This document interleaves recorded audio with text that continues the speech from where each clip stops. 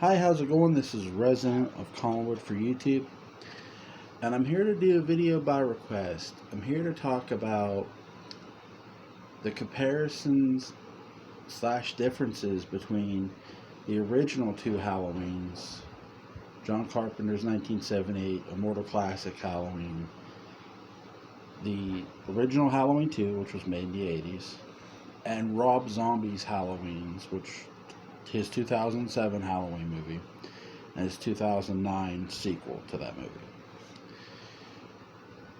It's easy to begin with one place, or basically two people, John Carpenter and the late great Deborah Hill, who wrote well, really what they wrote was the Babysitter Murders. I mean, that's the script they're pitching to Trancas, who was founded by Aaron Yablans and Joseph Wolf. So that's the script. It's entitled The Babysitter Murders. And Carpenter's vision for the Babysitter Murders, sorry about that. Carpenter's vision for the Babysitter Murders, I'm just pulling that out of my pocket so I'm keeping on it. Sorry. Carpenter's vision for the Babysitter Murders is more of a grand film, really. It's supposed to have more random kills in it. Now, how did this movie that was entitled The Babysitter Murders, how did it come to be titled Halloween, you ask? Well, really, the film was set on Halloween. That's the one of the most important things. But I really think one of the most unsung heroes of the franchise really is the former founder and producer of Trancas, is Aaron Yablans, who, they didn't have the money to do John's full concept, to do what John, entirely wanted to do. And in many ways, that may have been perhaps a blessing in disguise. So they changed the title. They obviously, they're not putting everything that John wanted, because they can't afford to. Again, this is an independent movie. Money back then is far different than money now. Okay? So they changed the title. Now, they needed a financer. They needed somebody who could help them not just finance, but help them distribute.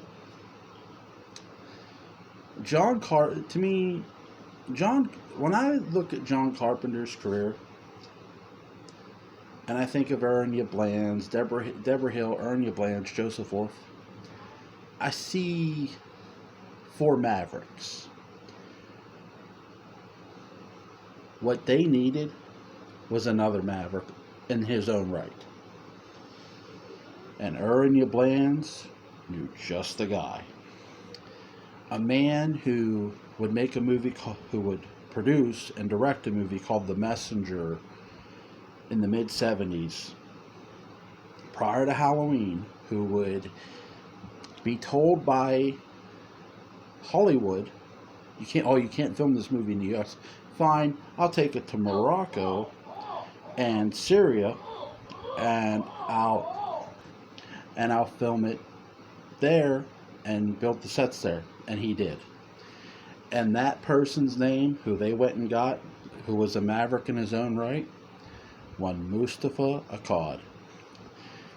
You want to talk about, John Carpenter's Halloween is about fate. But to me, the way this movie comes together, all of it really, how everything gets done, is fate itself defined. Think about it. John Carpenter, Deborah Hill write this script for a horror movie. This is John Carpenter's second film. This movie, that is, the title's changed. It's about to be John Carpenter's second film. His first film is Assault on Precinct 13. And my friends, if you want to look at the seed laying of one Snake Plissken, Go watch that movie. I implore you to go watch an Assault on the original Assault on Precinct 13, not the fucking remake, the original. Go watch the original, and you will see the seed laying of another character creation by Carpenter, Snake Plissken. In my opinion, anyway, you'll see it. I'm not saying Snake Plissken's in that movie. I'm saying you'll see the seed laying of it. Back to Halloween. You tell I love the original Assault on Precinct 13. It's one of my favorite Carpenter movies, and no one fucking talks about it. What the fuck? Why? Why, God? Why? But, listen. This was fate. All of this. It was so organic how this movie came together. Their budget isn't high. They don't have a lot of money to spend. When you talk about Dream Team, John Carpenter, Deborah Hill, Ernie Blanche, Joseph Wolf, Mustafa Akkad, they are the Dream Team. Really, I mean, they are it. When you look at those five people, they really open the door to horror. And listen, you might want to say, well, Jaws, yeah, Black Christmas. Okay. I love Black Christmas. And I love Jaws. And don't get me wrong, I'm not taking anything away from what Spielberg did. Spielberg's Jaws more scared people out of the water. Don't get me wrong, Jaws was huge. But Jaws was studio funded. You get me? Jaws was backed by a major studio called Universal. The same people who do Halloween now with Blumhouse. The original Halloween was an independent movie that had a shoestring budget. I mean, they were literally... Look, the most expensive thing I think they paid for was the blue lighting. Look, I'm talking from a prop standpoint now. Because they showed the blue light. If you watch it in widescreen, you can see the blue light shine upon Myers' mask. By the way, the mask itself is a Captain Kirk mask. The eyebrows are taken off, the sideburns are taken off. So are the eyebrows, and the eye sockets are opened up. They paint it white. It was between that and a clown mask. Thank God they went with William Shatner's face, basically. William Shatner, if he wasn't going to be, listen, he was immortalized in Star Trek, but he was about to be immortalized in horror in every way, shape, and form, right? Shape, like that. Tell him having fun. Thank you, Mark Gilman. Thank you, my friend, because I'm already having fun in this video. My God. So, really, this whole thing, John's Halloween, to me is fate. I'm not just meaning the plot itself. I'm meaning how really it came all together. It just fate lined itself up here. Fate happened. Trancas was making horror movies. Trancas was an independent film company. They had a script. They couldn't do the entire script. They couldn't do John's exact story. They couldn't do the babysitter murders. Which, no offense, the babysitter murders sounds like something out of a Nancy Drew novel. Thank God they changed that title. I mean, I can't see this movie being called The Babysitter Murders. I can't. I'm not saying it wasn't. I'm not saying that wasn't the original title. I'm saying when I think of the titles, it's like, come on, Halloween's a no-brainer, right? Like, come on, the film's set on Halloween. So, Ernie Blanche does not get enough credit for doing that. And really, the film we get today, the film we know and love, isn't just shaped by, John Carpenter writing and Deborah Hill's writing. Yeah, they wrote it, but it's shaped by everybody who was involved in this. It's shaped by Aaron Yablans. It's shaped by Moustapha Akkad. These people helped all put this together. And it came together and they made magic happen. John Carpenter did the most beautiful thing by scoring this thing and directing it to perfection.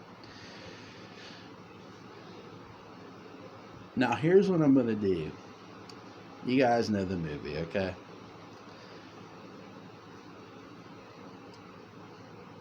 Halloween 2. More the Night He Came Home. Right?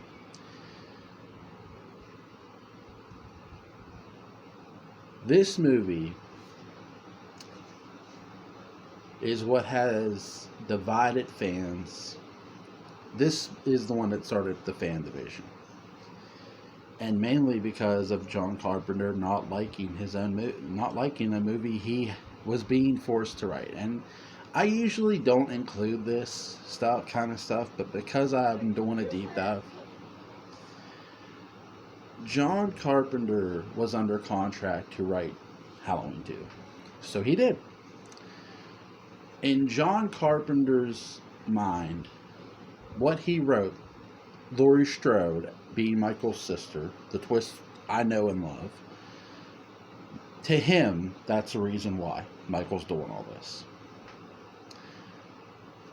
I respectfully disagree. I don't view it as a lie. And I never will. It tells me who, but it doesn't tell me why. For one simple reason, I say this. The way Michael murders Judith, he goes right after. He watches the boyfriend leaves, goes right up the stairs. The way he tries to murder Laurie, it's completely different. He murders her friends first to lure her over. He traps her in the house using the rake against the door. None of that tells me why, even if that is his sister. The headstone, again, Daniel Culver, huge shout out to him, made the point about the headstone. I brought it to my attention. That could be the sister connection tie in the first film, and it could be. Whether it is or isn't, Laurie being Michael's sister, that doesn't tell me jack and shit other than she's related to him. And I'm not saying that as a knock. I'm saying that doesn't tell me anything other than that's his sister. So what? So what? It's his sister. So goddamn what? He murdered one sister 15 years ago. So what? The way it was done was different. I don't see it a big of a... In my opinion, John Carpenter has made too big of a deal over the sister connection. In my opinion. And I know how that's going to get received by some. But I love Halloween 2. Now, to me, Aaron Yablans, Moustapha Akkad, they wanted to do Halloween 2. Because by this time, all these other films have come out and basically ripped off of Halloween. And to them, I don't think they saw it as an insult. To them, they saw it as a challenge. You know what? We'll do a sequel. And we'll make your movies look inferior. I think a lot of the way this film is written, you can see John's fingerprints all over this film. I love the way Rick Rosenthal directs it. I love the score by Alan Howarth. To me, Halloween 2 is my favorite score. Yep, I like it better than the original. You can crucify me for that all you want. 2 just has such a sinister tone. I mean, the whole movie just... Still to this day when I watch it, it gives me such a creepy vibe. Even in, look, the original is creepy and gives you... But 2, it's just like...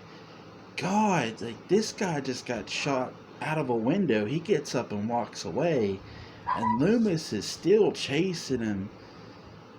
My God, like, this dude is sinister as hell and evil. I mean, Loomis said about it, but the way he murdered them girls, and now he's back out, he's still out there somewhere, and you don't know where, it's creepy. And Halloween 2 just gives you that. Halloween 1 gave you the goosebump feel. Halloween 2 continues it for me. For me. So to me, Mustafa and Aaron saw Halloween 2 as, hey, we got this. And John writing it, I do hope one day John appreciates this movie, because I love this movie. It's a 10 to me. I love it. Top to bottom. I don't mind the Here's the thing.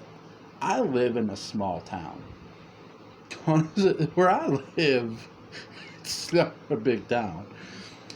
So when people bitch about the hospital with a couple nurses, the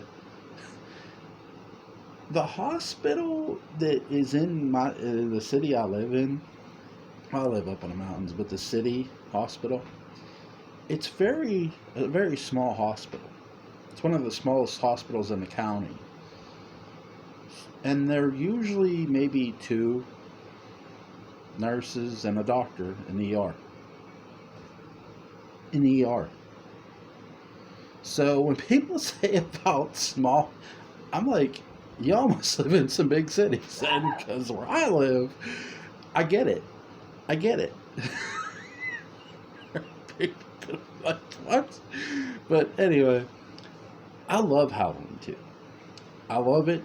I think it's a great movie. Again, John didn't want to do a sequel. He did not want to write one. And I respect his feelings on that, but I don't share his feelings on it. I've never taken John's personal feelings into this movie, because because if I did, I don't feel I would be able to view the movie objectively.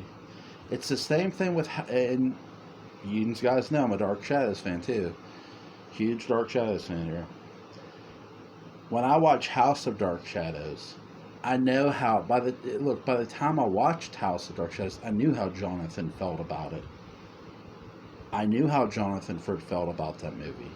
I know he didn't love it. But I don't take Jonathan's feelings into the equation. And if you think I'm wrong for that, then hey, you're welcome to think I'm wrong for that. But I just don't take Jonathan Frid's feelings into the equation of how he felt about the film. He had a job to do and he did it. Same thing with John Carpenter. He had a job to do and guess what? He did it. And it was a fucking beautiful job. So, the Dream Team, yes. When I think of Dream Team, I think of John Carpenter, Deborah Hill, Aaron Yablans, Mustafa Akkad. That's the Dream Team. All time. When you think Halloween, when you think horror, that was the Dream Team.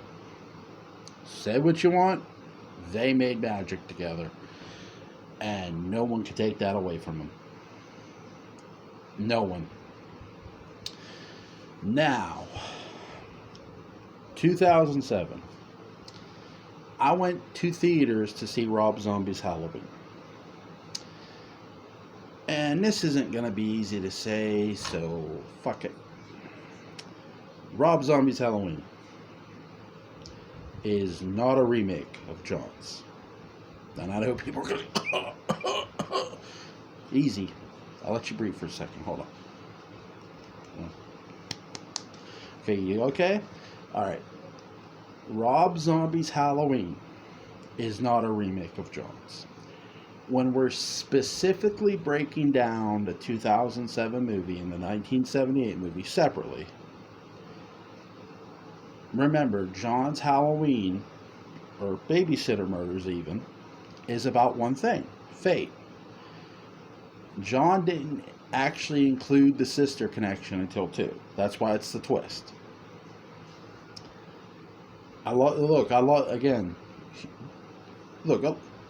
Daniel, Mark, they're both going to get, I'm going to put both their links into their channels in the description box. Huge shout out to Killenberg because he brought that point to my attention about the headstone, and I agree with him. I think that's one of the best points I've ever heard about Halloween 1, the original. But that aside, John Carpenter's concept is about fate.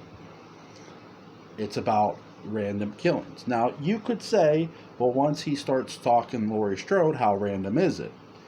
And I would say, okay. But again, if we're just breaking down 78 and 07, Rob Zombie's Halloween isn't John's. And neither is John's is Rob's. Okay? To me, Rob's Halloween gets into Michael's childhood, something John's didn't do. Now, you see him as a child, you see him murder his sister, but that's it. You don't see much. And, less is more. And I don't disagree with that. Rob's, you saw Michael's childhood. Now, what were my thoughts on that? On this? Well, real quick. I'm sorry, jumped over this. I'm going to give a very controversial opinion about this, about Rob's 2 Halloweens. And again, I want to stress that. What I'm about to say is my opinion. I don't think they counted, and I mean Dimension, not Trancas. I don't think Dimension thought Rob Zombie's Halloween would be successful. I don't. And I honestly think, and again, I have not read Justin Bain's interview. Shout out to him. Interview that he did in a magazine with Rob Zombie about Rob's Halloween 2. But I do know there was studio interference in Rob Zombie's Halloween 2. That's been well spoken about. I honestly think the Dimension, and again, think about what got revealed later on with Dimension films. I don't think Dimension thought Rob Zombie 2007 Halloween was going to be a huge hit. And it was a huge hit. It was an opening weekend hit. I mean, look, had highest weekend box office for Memorial Day, and you can't take that away from him. No, I don't love the film. I don't love the 2. Look, I've not seen one Rob Zombie film I like. But I'm not going to sit here and not give the guy credit either. I honestly think Dimension thought they didn't think it was going to be a hit. And I think that's why you get the studio interference in Rob's Halloween 2. And again, I'm not necessarily defending Rob Zombie. I don't agree a studio should ever interfere with a director's work or a creator's work to the point that it detriments them. I think that's wrong and disrespectful to any filmmaker, whether I like their work or not. That's just wrong. And I'm going to say this. Rob Zombie's 2007 movie was advertised as a remake, and I think that was Dimension purposely sabotaging Rob's film. I do. I think that's where that really started, because I do remember the movie being advertised as a remake. On the radio, in the newspapers, it was being advertised as a goddamn remake. And my brother, I went to go see this movie with my brother and my wife. And my brother goes, "Do you think this is a remake?" I said, "What's always been my policy with movies? See them first." "Yep." "I don't know what this is." "Yeah," because we hadn't seen it at that time. We went to go see it. And I looked at my brother and I said, "Look, I'm not going to get into what the crowd was chanting or how pissed off people were. I've told you guys that story. Listen, I looked at my brother and I said, that was not a remake. At least not of John's Halloween. Now, to me, it was a remake of The Sister Connection. This was Rob telling the story, his version of The Sister Connection, which I found. Now, I'm not saying this towards Rob, I'm saying this towards more of the studios. I found this confusing because you already had the Sister Connection going on. I mean, there are still other characters out there alive. There's Sean Tate, there's Jamie's baby, so that's still out there. Why are you taking a series that already exists and, in a sense, rebooting it? That's what this is. That's what this was to me. This was a reboot, not a remake. Or remake/reboot. Not a remake of Jaws. But it was advertised as a remake of Jaws. And to me, it just wasn't. I will give Rob Zombie this. He is a really great cinematographer. Really great cinematographer. Knows how to shoot a movie. Again, I've not seen a movie I like of his because I don't see the writing style. I don't love his writing style. And again, if you want to hate me for that or shit on me, hey, okay, I get it. You know, I know Rob has his fan base. But for me, I don't love it. I love the way he shot this movie. It was beautifully shot. A lot of the way Rob's 2007 movie is shot, it is sort of shot like Jaws. That is where the similarities you could point to. You have the over-the-shoulder shot of Michael when he was a boy. It's sort of, that moment to me did feel sort of like John Carpenter-esque. And the way he was shooting the town of Haddonfield, it felt John Carpenter-esque, the way this movie was shot. But the gore and the violence were turned way up. I mean, all the way. And two terms. Look, this movie is a 9 in violence, I would say, maybe 10 if you want to. But Halloween 2, Rob's Halloween 2 is like 100 violence compared to this.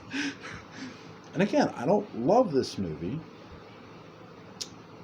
but I am going to point things out that I do think Dimension sabotaged this to fail. And again, that's my opinion. You disagree with it? Fine.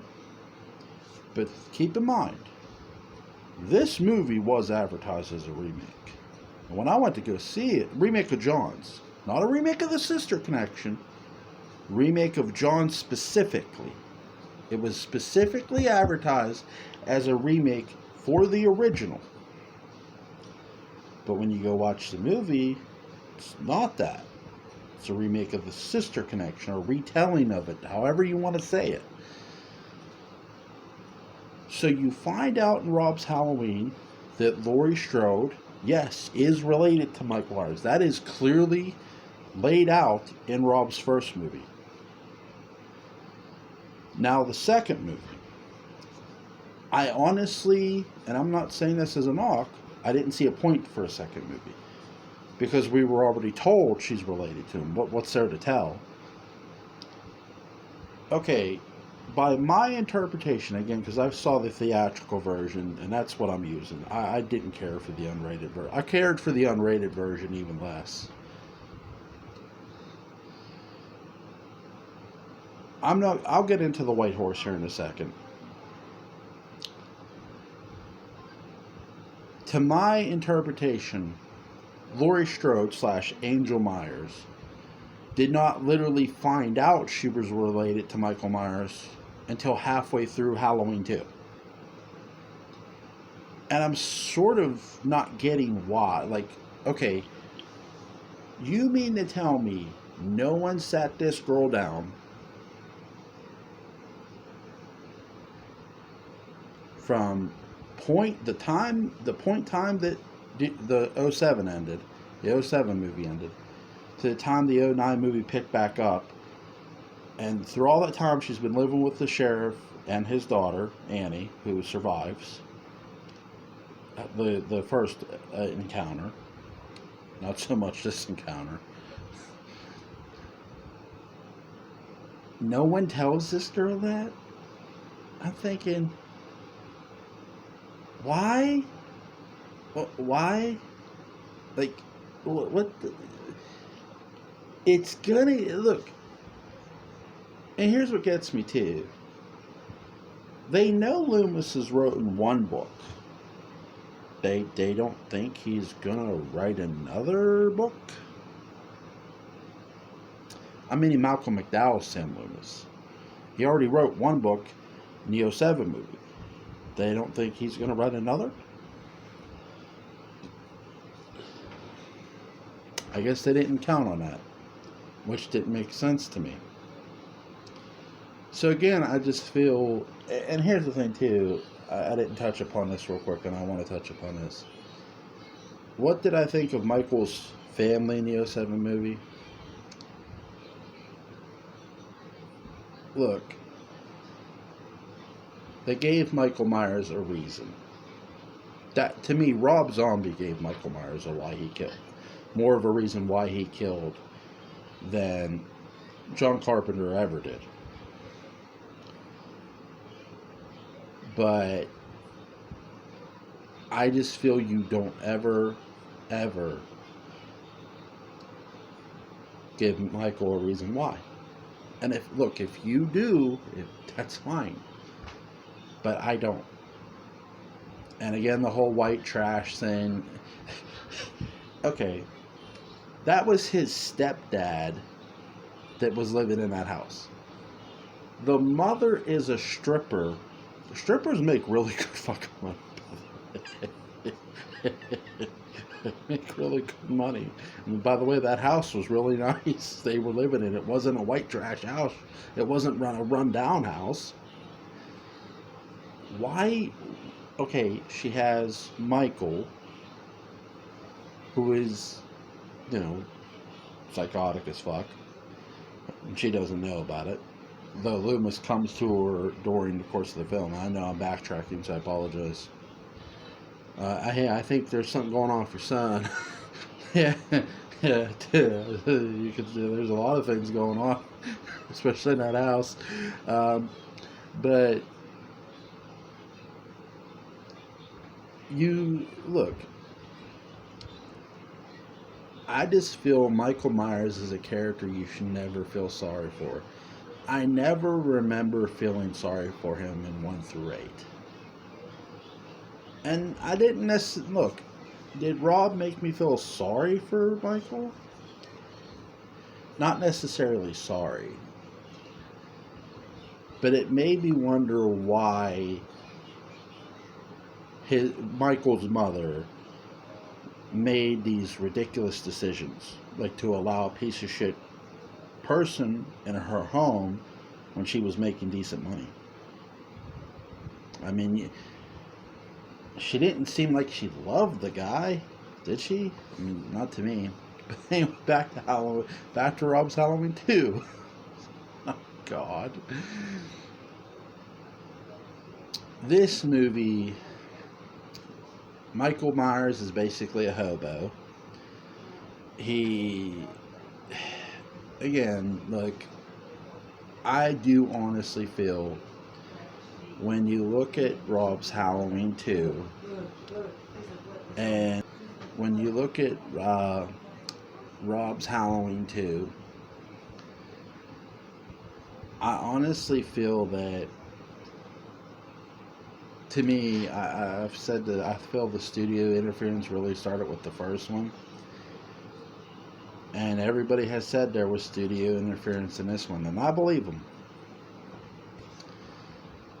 I honestly feel Dimension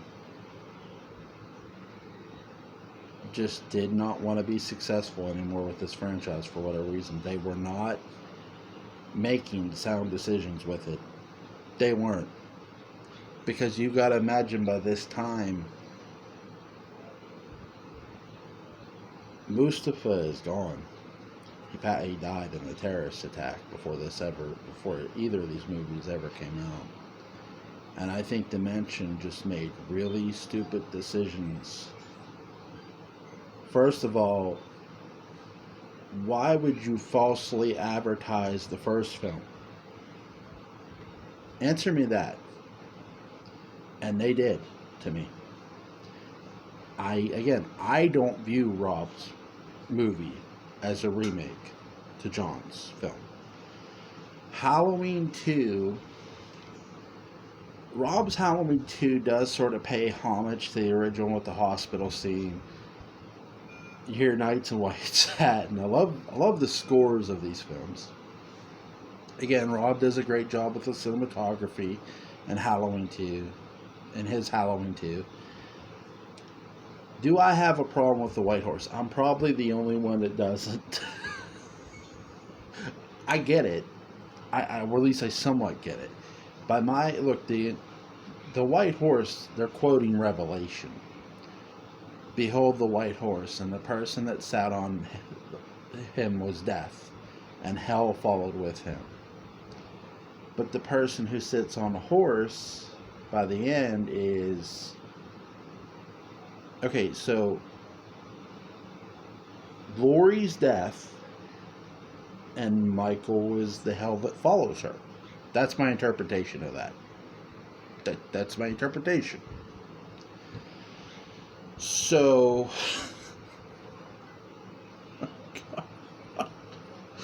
oh shit, oh god, oh my god, I'm almost fucking to tears, I'm getting ready to laugh, all this, but,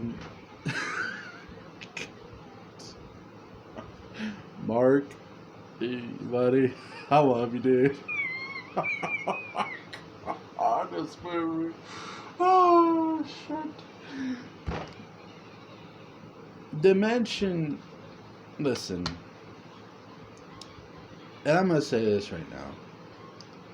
Though I have not seen one Rob Zombie film I like, before I continue, I don't feel Rob Zombie deserves the heat, or all the heat, that has been bestowed upon him for what got made. Because there's a lot off when you look at it. And I'm not just meaning the movies. I'm meaning the way the first one's advertised. Because I remember reading, well, it's a remake to John's. I'm like, really? Okay. And like I told you guys, my brother at the time, and he goes, what do you think it is? Well, let's go see it and we'll find out. And I just don't view it as that. Halloween 2, to me, it's all over the place, pretty much. I just, look, the actions, the sequences in the movie are very intense. I think the one thing about Rob's 2 films, Rob really gets the most out of his actors. I really do believe that. I think Rob pushes really... The one thing I'll give him credit for, he gets a lot out of the people who works with him.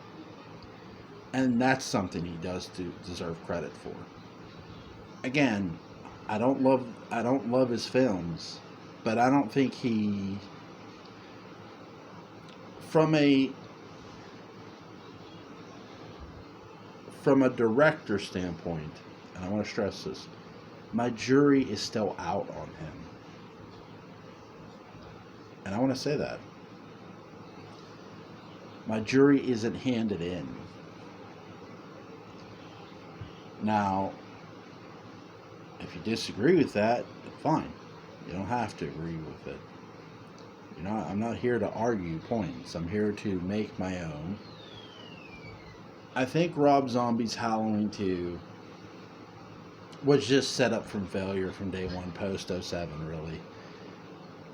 Even if Rob didn't come back, I think if somebody else writes and directs it, I think it's going to be the same result. Not necessarily the same film, but it's going to be the end all result, the same result. I think the studio just interferes the fuck with it. And again, there were problems going on with Dimension. Probably still at this time, when Rob made his 2 Halloweens, 07 and 09, there were probably a shitload of problems.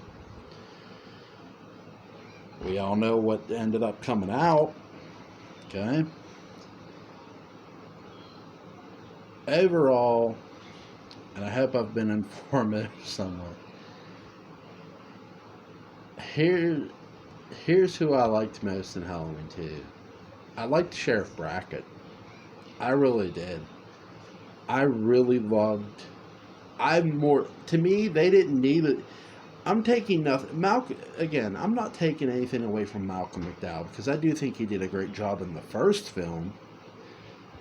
But so much, it just, again, because if you watch the theatrical version, Loomis isn't an asshole. But in the unrated version, he sort of is. Well, it felt like Rob's 2 was more going off the unrated version. So it's like you got a completely different character. And that's what was really off-putting. It was like, wait a second, who are you? Are you the same character? I mean, I know you retired, but here's what I mean too. Here's what I mean, and maybe this is where the studio interference really lies. I remember Rob Zombie's Halloween's coming out on DVD, and never, for years it felt like, for at least a year, I could not find the theatrical version at all. I just found the unrated version. Now, I'm not saying it wasn't out there. I just couldn't find it, and I was looking for it. Now, with Rob's 2, they had both. And by the time Rob's Halloween 2 got made, that's when I finally saw the theatrical version I think at a Walmart. I want to say I was in...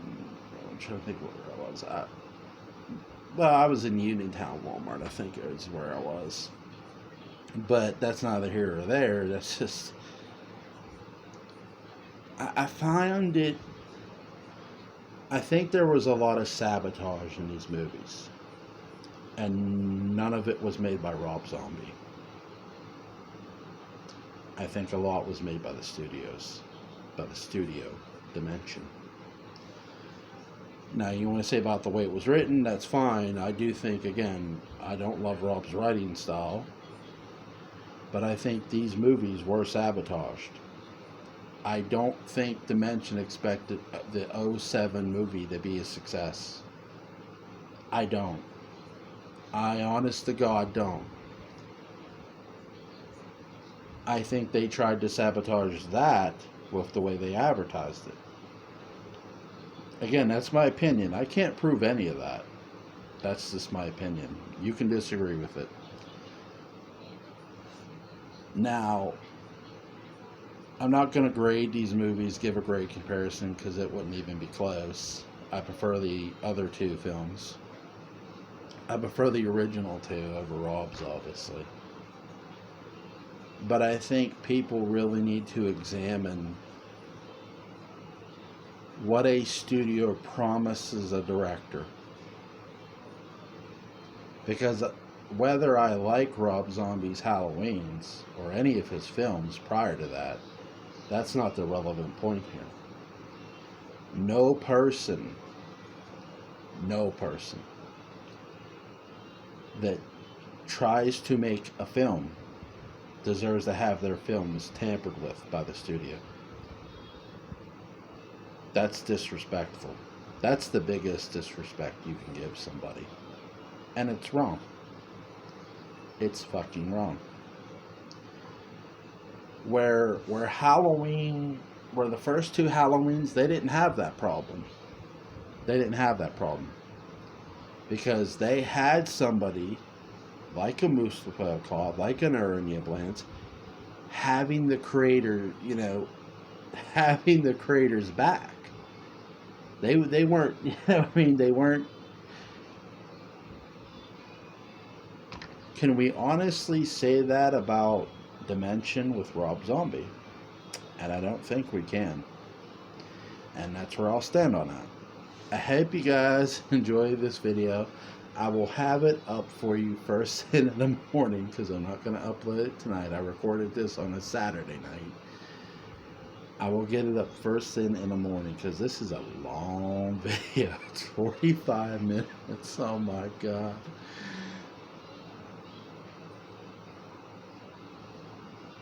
I don't even know what else to say about it.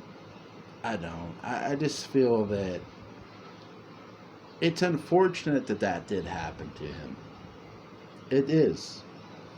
I'm not saying that just to be nice. I'm saying that because I mean that. I don't feel anybody should have their film tampered with. If they make a movie, it should not be tampered with by a studio. Now, he's not the only one, obviously, that it's happened to. But I do feel that, I don't feel, and I'm going to end this on this, I don't feel that the tampering started with 09. I feel the tampering started with 07. Because, and again, the question I asked earlier, this movie was advertised, his movie was advertised as a remake of Jaws. And to me, it isn't. It's not a remake of Jaws. Now, you can say, well, they start with Michael's childhood. Yeah, but what John did was brief. That what Rob did was open up that world. That's not the same thing. It's not even close. So again, to me, this movie was falsely advertised. And I wonder why. Did the studio do that to sabotage the film? And if they did, shame on them. Whether I like it or not, shame on them if they did that. I hope you guys have a great night, and I hope you guys have a wonderful rest of your weekend. God, Mark Gilman, buddy, pal, thank you. Thank you for the request, my friend. Thank you so much from the bottom of my heart. Huge shout out to Daniel Culver Killenberg. Links to Daniel's channel, to Mark's channel will be in the description box. Just what a history. That's all I'll say. Guys, have a good one.